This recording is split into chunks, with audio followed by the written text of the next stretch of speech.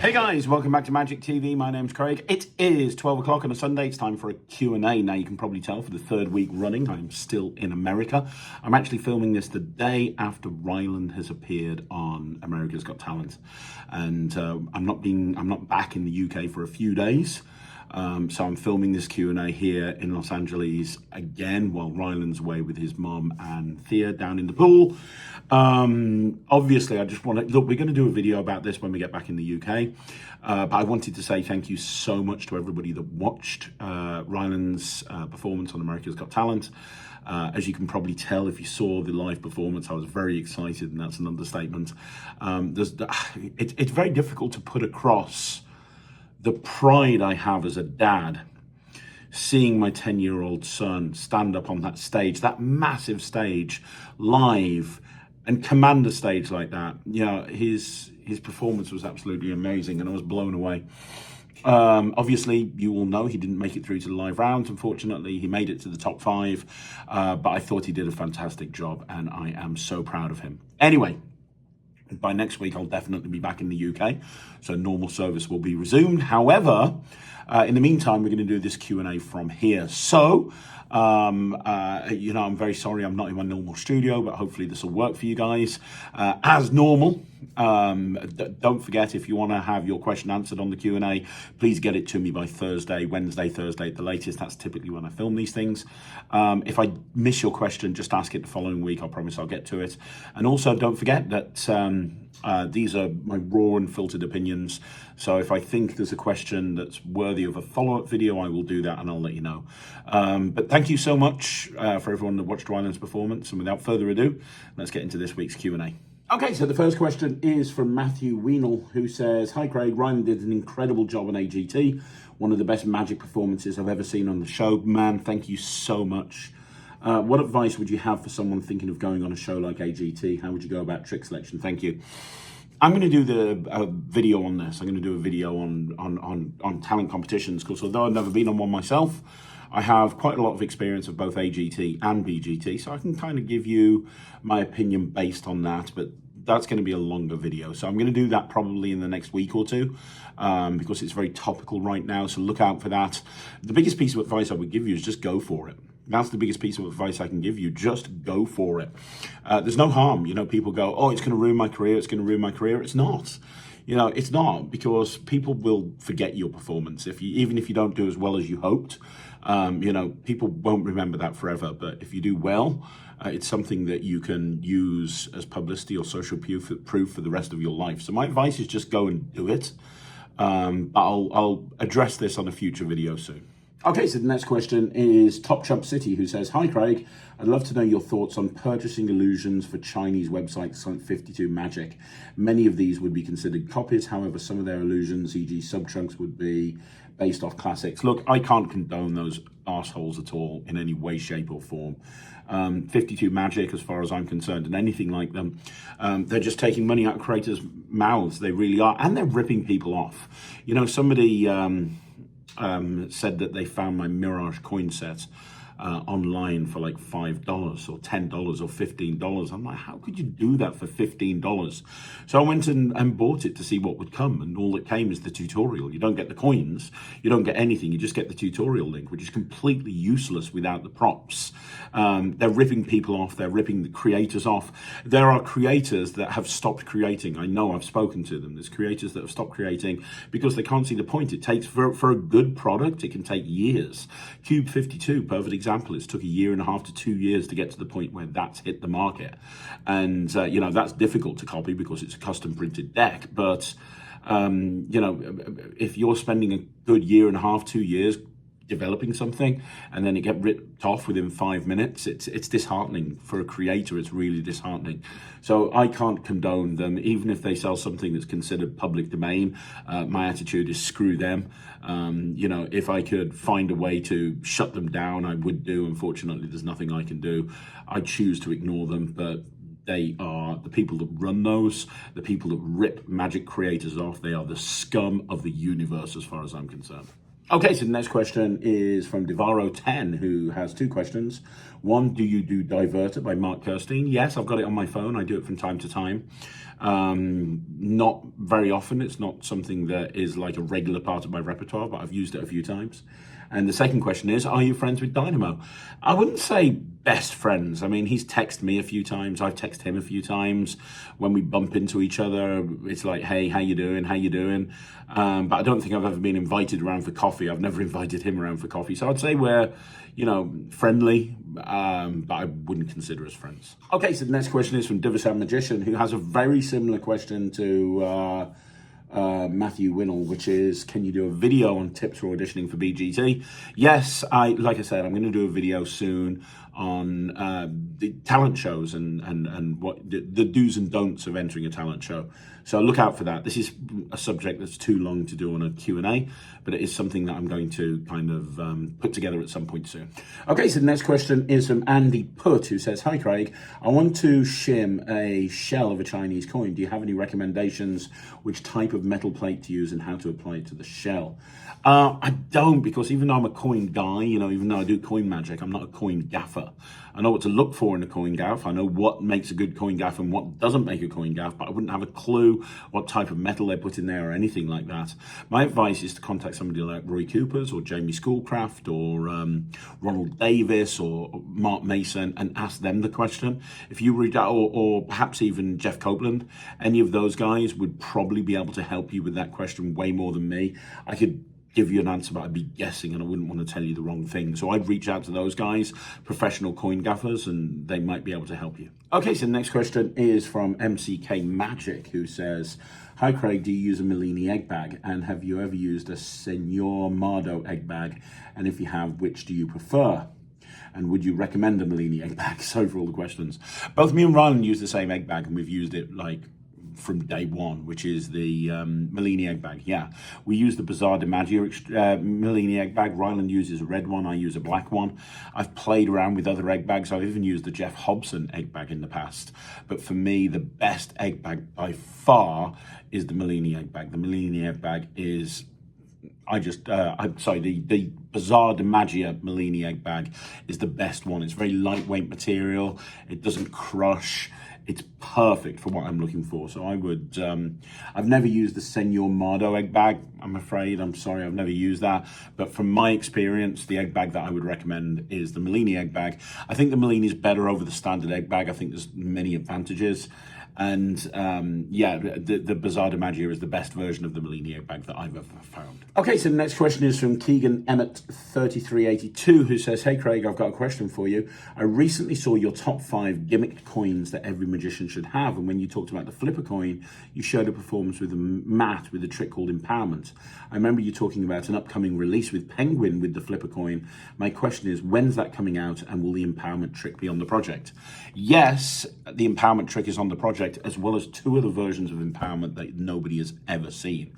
This was shot over a year and a half ago, and I know from speaking to Penguin last time I was there, which was just before Magic Live, that they are 100% bringing it out, but they're trying to source the right type of flipper coin to go with it, because you do need a flipper coin in order to perform the routines, obviously.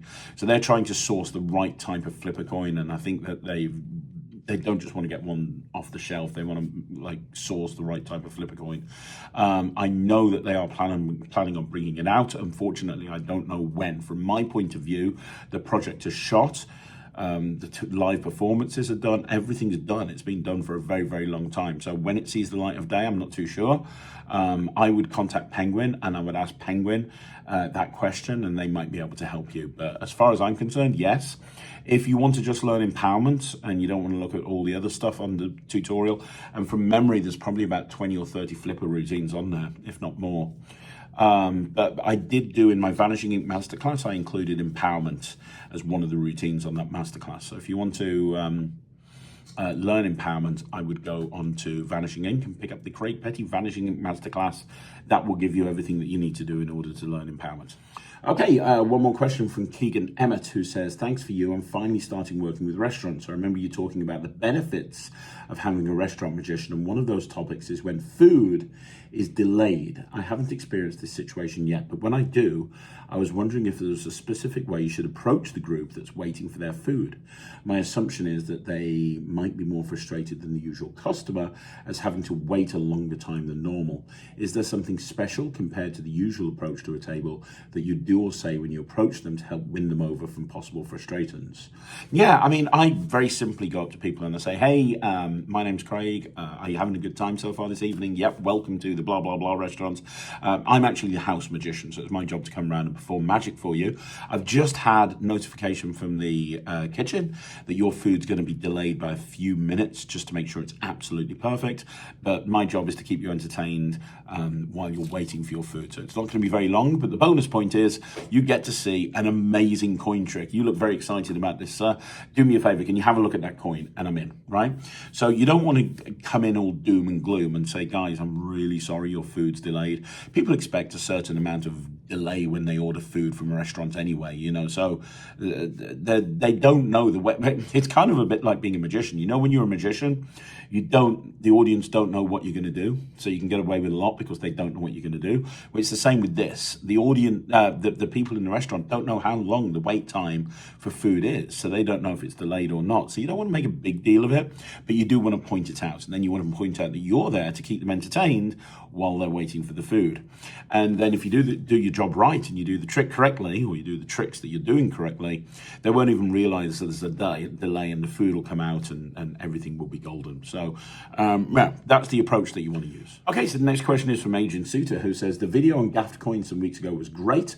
What I'd like to see now is a video on coin sets like the Sun and Moon, the Hopping Halves, Scotch and Soda. Yeah, I am actually planning on doing that, Adrian, when I get back from the States. The other thing I'm planning on doing is hows and whys of the Hopping Halves gimmick, because there's an awful lot you can do with Hopping Halves beyond the original Hopping Halves routine, and a lot of people don't realize there's so much they can do with the gaffs that they actually have at their disposal. So my plan is to shed some light on some of those routines and show some stuff that you can do with Hopping Halves as well. This will all happen when I get back from America. Okay, so the next question is from TV Elliott, who says, top 3 favorite Coin Vanishes? It's a good question. There's so many of them, isn't there? Top 3. I actually have a coin here in front of me. I'd say the first one is the fingertip retention pass. I don't know how that looks here, but there you go. I love the fingertip retention pass. I think it's great. I think it's a very casual way of doing a vanish. You know, if you just doing that fingertip retention pass, I think is really great. So I'd say, in no particular order, I'd say fingertip retention pass. I also very much like the spider vanish. I do that in a lot of my work, you know, when you kind of throw it down like that and then show the other hand's gone. The Ed Marlowe like spider vanish, I very much like that. And probably the other one is a steal. I do a steal an awful lot, you know, when you've got the coin in your hand, and you know, I can't do it from this angle, obviously. You see it sticking out of the hand. I'm sitting down with my camera elevated, but you know, like that sort of thing, like a Vernon steal or like that sort of steal. I do a lot of steals. If you've ever studied my coin work, I do a lot of steals in my coin work. Instead of actually vanishing the coin, I use a steal. So I'd say the spider grip vanish, the retention, the fingertip retention, and any sort of steal. But if I had to nail myself down to one, I'd say the Vernon steal. Okay, we've got another question from Agent Suter here, who says, hi Craig, wow, lots of questions in this Q&A. Yeah, I agree. Here's a new one. How long does it take for you to learn a new card or coin trick if there are only sleights involved that you already know? Not long at all. I pick things up quite quickly. Here's the thing, I pick things up quite quickly if it's if I already know the moves behind what it is that I'm learning. But if I don't know the moves, it can take me quite a while. I'm not very good at learning new moves. It takes me a long while to get that down, get those new moves down. It takes a long time. But in terms of actually the other part of it, in terms of learning a trick when I've already got everything in place, not long at all. To be perfectly honest, probably I can read it through once and I'm pretty much there. Okay, this looks like a long question from David Blaine. Right, hype. I always wondered, every new magic effect that comes out has great reactions on the trailers. The audience watching the trailer forgets that the spectators on the trailer are warmed up with other effects. What effects are you performing before you bring out your closing effect to keep the spectators wowed? I've seen multiple trailers effects where it's being performed at the same location. So the company is filming 2 trailers at the same time. The performer is wearing the same clothes and performs to the same spectators. So again, they aren't not getting that crazy reaction just from performing one effect. They perform with multiple effects, and then when they get the right group of people, they start filming and get reactions for that specific group that they're recording for. Makes sense? Kind of makes sense. I don't know what you're kind of getting at there, but it kind of makes sense. So here's the thing, right? Let's look at Cube 52, for example. Cube 52, there was no opening routine. You know, when I was performing, look at the trailer for Cube 52 and look at the performances on there. If you've got the project, look at the live performances. There was no warm-up. There was no trick that I was doing to warm them up before I went into Cube 52, because Cube 52 was going to be a long enough project anyway. It was like a 15-minute performance. It's a long time for people to give your attention to when they're just sitting in a bar drinking. So, but when I go to Penguin, normally when I'm hired to go to Penguin, I'm there about a week and I'm filming anything from like 5 to 8 projects. So normally when I'm filming with Penguin, I'm filming multiple projects at the same time. So every day we'll be filming in the studio. Then every night at about 7 o'clock, I'll go out until about 1 o'clock in the morning, going around performing live, doing live performances. And my set will consist of the tricks that I'm filming at that shoot. So for example, I think that you probably see the same group of people in the Capsize trailer as you do in the Gatekeeper trailer, because it just made sense. You know, if I'm going to be going out performing, I've got 8 routines that I need to get live performances for. I was varying it up each group. So the first group I'd do Gatekeeper, then I'd do whatever. You know, I'd do Gatekeeper, I'd do Capsize, and then something else. Then the next group, I'd do something completely different.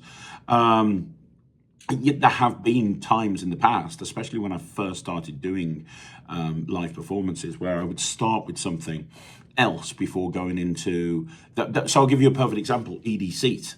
When I filmed the ED Seat trailer, I didn't start with ED Seat. I did something else first. I think I did Coins Across, and then I went into ED Seat.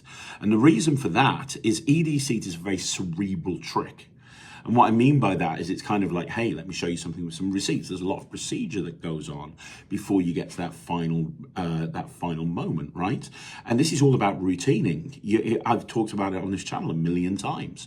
You have to, have a strong opener, something that's going to establish credibility, something that's going to grab people's attention, something that's going to bring people out their shell, show them that you're really good, something quick and, really good opener. Nobody would call EDC a good opener, not at all.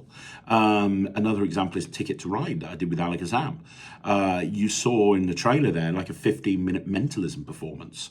And that wasn't a great opening to that group. So I started off by doing some cube magic from memory. And then from that, then I went into Ticket to Ride. Now, if I'm not opening with the trick that I'm actually doing, so if I'm not opening with the trick that I'm actually there to get the performance for, it doesn't make it any less of a good trick. There's a million reasons why you wouldn't want to open with that trick. Like I say, it might not be a great opener. It might be that you're trying to feel for the crowd. Because here's the thing, right? You put a camera in people's face, especially here in the UK, they don't react as well as they would do if there was no camera in their face. So when you're over here in the UK, you don't want to waste time filming a group of people that are very restrained, because that's not the sort of reaction that you want on a trailer, right? So if I perform something like a Coins Across that I've done a million times, and I don't get a great reaction from that, then we're probably not going to get a great reaction from the next trick, and then, in which case, what's the point in filming it, right? You're saying here, hey, you're not getting those crazy reactions just from performing that one effect. Well, you are getting those crazy reactions. So again, look at the trailer to ED Seat. People are losing their mind. They're going, oh my God, oh my God. They're not faking that. They're not faking that at all. I don't think it's dishonest that we've done that somebody's performed another trick first before they've performed the trick that ultimately you're trying to get the performance for. They're still reacting to that trick. It's not like you've shown them a trick and now you're saying, now this next trick is the one we get reactions for, please fake it. That's not the case. That's how building an act works. That's how building a routine works. You start, and this is advice I would give anybody. If you're going over to a group of people, if you want to get really good reactions, you start with something that you've done 1,000,000 times. You start with something you're 1,000 times that you know that you're going to get good reactions for. Then when you've done that thing, then you go into the next thing, and then the next thing, and then the next thing. But saying that, hey, you're not getting those crazy reactions from performing that just that one effect makes absolutely no point at all. If the trick that you were performing, if they didn't like it, they wouldn't react. If it was not a good trick, you wouldn't get those reactions. It's just that you've chosen to do something else before you actually go into that trick, right? And as I say, there's 1,000,000 reasons why. It could be you want to warm them up. The trick that you're wanting to get the live performance footage for, it's not a trick that's a natural opener. It could be that you're trying to test the group. It could be that you're trying to figure out who's the best person to perform for in the group. Now, if you're an experienced performer and you start performing to a group of people, you can very easily, within one trick, know who's the best person to perform for. That person that's going, again, that's the person that you probably want to do. By performing another trick before you go into that main trick, it's going to tell you who that person is, right? Look at the Lucky Lotto trailer that I did with Penguin, sorry. Look at the Lucky Lotto trailer. The Lucky Lotto trailer is another perfect example. I did something else to those people before I did Lucky Lotto. Nothing dishonest about that. It's just I did something else. Now, in that case, I did McCann first. If you go and look at McCann, you'll see they're the same people on McCann that they are on the Lucky Lotto trailer, because I needed to go and get live performances for McCann as well, which is another thing that I helped Penguin with that came out earlier this year. So I don't see kind of where the issue is. With what you're saying. As I say, I just don't see a problem. But yeah, as somebody who's very experienced at going out and performing and getting reactions and getting live performances, you first of all have to find the right group. Then when you found the right group, you have to make sure that they're the right people, and you have to warm them up. And sometimes the trick that you're actually doing live performances for is the perfect trick to warm them up with, like Cube 52. Because I can start with a quick solve and I've got that really attention grabbing moment. But it might be that there's something else that I want to perform for them first of all. And because, it very much depends. So yeah, I don't think it's dishonest. I don't think it's a bad thing. And you say the word hype at the very beginning. Getting live performances for a project and for a trailer is not hype. That's just bare minimum.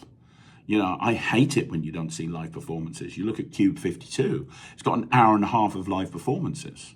You look at Gatekeeper, it's got 4 live performances. I don't think it's creating hype, getting live performances. I think that's just something that a project should do. I think that if you're willing to sell a trick to people, then you should be willing to get live performances. If you haven't got live performances, then you're basically saying you can't perform your material. If you can't perform your material, how can you expect other people to do that material as well? Okay, so the next question is Antonio Diaz Ballesteros, who says, hey Craig, have you seen Kistien Grace's new effect Enigma? What's your thoughts on it? Kistien showed me a very early version at the session earlier this year in January. Very early version. I think it was when he was first showing it around. I haven't seen the new version since then. My thoughts, I'm going to be reviewing it, obviously. My thoughts are, it's a fantastic effect. It's very clever. And Kistien is a genius.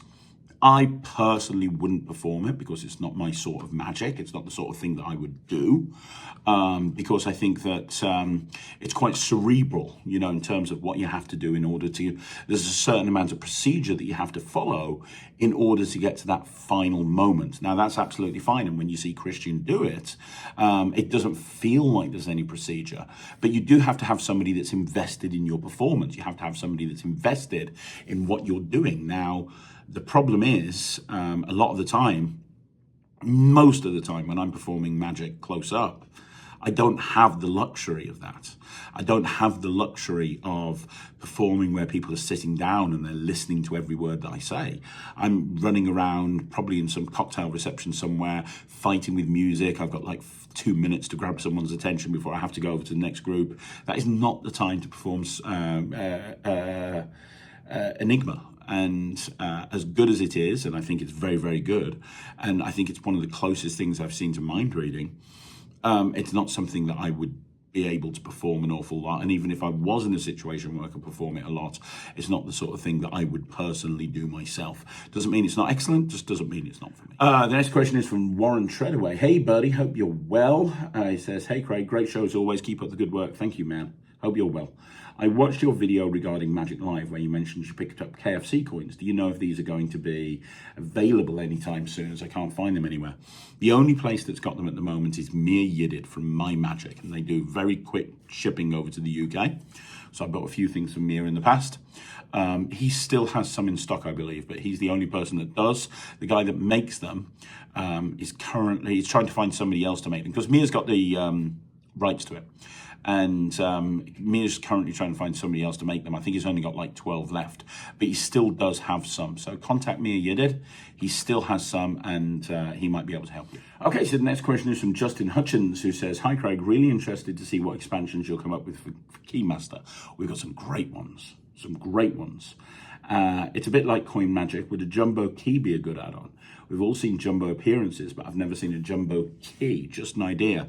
Yeah, it's something. We've not discussed the jumbo key too much. I think it was put on the table very early on, but it's not something that we've kind of spent much time talking about. I do agree. A jumbo key would be a fantastic finale to a key routine, but then you'd have to carry it around. And I think one of the advantages of key magic is the fact that it is literally just a key that you're holding, you've got it on your keychain. Having said that, I think it's really good. Yeah, it's something that we might explore, but down the line. Okay, so the next question is from Jonah Berg. Hey, buddy. Just wanted to let you know, Craig, that I have semi-turned to the dark side because I don't do so much magic with cards anymore. I'm now doing a lot more billet work and mentalism in general. Hopefully you won't think of me differently. I still love good magic. I just find mentalism tends to be more minimalistic and easier to carry around because just with a stack of double blank cards, there are an infinite amount of routines I can do. The funny thing is, a lot of the routines are actually based off magical principles, but I've just applied it to double blank cards anyway. I know I'm on a tangent, but here, just wanted to let you know that I still love your channel, but I have a slightly different perspective on things. Man, mentalism is great. I love mentalism. You know, I look at the reactions that Matt gets when me and Matt go to gigs together, and I look at the reactions that Matt gets. It shows me how strong that mentalism is. It is very, very strong. I tend to go down the route of more mental magic, but when you do mentalism and you present it correctly, it can be incredible. Okay, got another question from Jonah Berg. Do you think people look at magicians and think, well, he's just using trickery? Obviously, as opposed to mentalists, where they're more believable as to what they are doing because they generally use minimalistic props and everything seems so fair. Yeah, I think you could probably be right. I mean, it very much depends. I've had this argument with people like Lloyd Barnes an awful lot, and Lloyd is convinced that he can do magic and people think it's real. My attitude is very, very simple. When I'm performing, I don't want people to think it's real. I want people to I kind of like to come across as that honest con man. You know, that's kind of my character when I'm performing. With mentalism, I don't know, I mean, Darren Brown has spent years in this country going out and saying, hey, it's not really mind reading, it's a combination of psychology and neuro-linguistic programming and this and that and the other. And I think people think that Darren's genuinely doing that. I don't know, people believe the weirdest things. I find it a bit weird when people believe that magic and mentalism is real, just because if you're a mentalist and you could really read minds, you'd be doing so much more with it than just going out and wandering around a wedding telling people the card they're thinking of and the name of their girlfriend's best friend from school or whatever it may be. If you could really read minds, you'd take over the world. you'd be doing a lot more than you are here. That's my big thing with it. Now, I'm not a mentalist, so I don't know, but that's my big problem with mentalism, in that, do people believe it's real? I don't know. I'm not too sure. Let me know in the comments down below. What do you think? Do people find what you're doing is real? Maybe it's just me being jaded, but I just think that people are more intelligent than that, but maybe I'm wrong. Okay, so the next question is from Divishan Magician, who says, does Ryland have a restaurant residency? Yes, he does. Every week he's in a restaurant for 2 hours doing close-up magic. It's probably some of the only close-up magic he does because he prefers stage magic. Although when he's performing on stage, a lot of the time he does a bit of close-up. So when we're back, his next gig is a corporate event where he's dressing up as Harry Potter and doing a 40-minute stage show, but they've also booked him for an hour of close-up magic earlier on in the day. So he's doing close-up magic and then he's doing a stage show later on. But yeah, to answer your question, yes, he does have a restaurant residency. Okay, so another question from Jonah Berg. Do I do any billet work, like folded billets? The only billet routine that I do, and I've been meaning to learn more, and I really want to kind of look into the billet stuff that the 1914 put out recently, but the only billet work that I actually do is Bob Cassidy's name place routine, which if you haven't seen, is one of the best billet style tricks ever created. His name place routine is brilliant. That's really the only routine that I do with billets. But it is something that I want to spend more time learning. Unless you count, like center tears and stuff. I do center tears, but in terms of billets and billet switching, really the only thing that I do is the name place routine. Okay, so the next question, and more of a statement, is by Woofle Dust, which I'm pretty sure is Justin Miller's handle on YouTube, which if it is, hey buddy, hope you're well. And he says, hairy arms is a great way to hide the loops. Damn right. Damn right. Hairy arms for the win. Okay, so the next question is by user OJ3BK7. Hey, hi Craig, love your work and tricks. You're a master. I'm a hobbyist at best, but my first trick was one of yours and I continue to invest in your tricks. Point of this message is to compliment you on your son's performance on AGT. I was watching and happened to catch his performance. It was great, well done, very professional. What I really loved is when they cut to you cheering him on at the end. Your reaction, beaming pride and sheer joy was amazing to watch. I know you're very proud of your young protege. Keep up the good work, and the same to your son. Thanks for what you do. Yeah, man, I probably went a little bit over the top, but honestly, like I said at the top of this video, I can't tell you how emotional it is, right? So I've been working with Ryland for this ever since we found out it was going into the semi-finals, and every day we've been rehearsing, like every single day, and there were a lot of problems. Like when we came to LA, our flights got delayed, we got changed onto a different flight, and we came to LA and our bags just were missing. We didn't have any bags. He had no clothes, I had no clothes. More importantly, we had no props. The whole thing with the Lego table, no. And then Ryan lost his voice during rehearsals at one point for a couple of days, had to go on vocal rest. The helicopter broke. There was a million problems that happened, like a million problems that happened. And then just to see that whole act come together, and as good as the trick was, and I think the trick is amazing, I really do. I love that moment where the trick is great. Just watching Ryland on stage command that audience, and what you have to understand is the AGT arena is where they film it, it's a scary place. 4,500, 5,000 people in the audience, and you're there and you know you're on national TV. If you screw up, there's nothing that can be done. It's live, and you've got 4 judges there, and before he went on, 2 of the acts that got through to the semi-final got buzzed.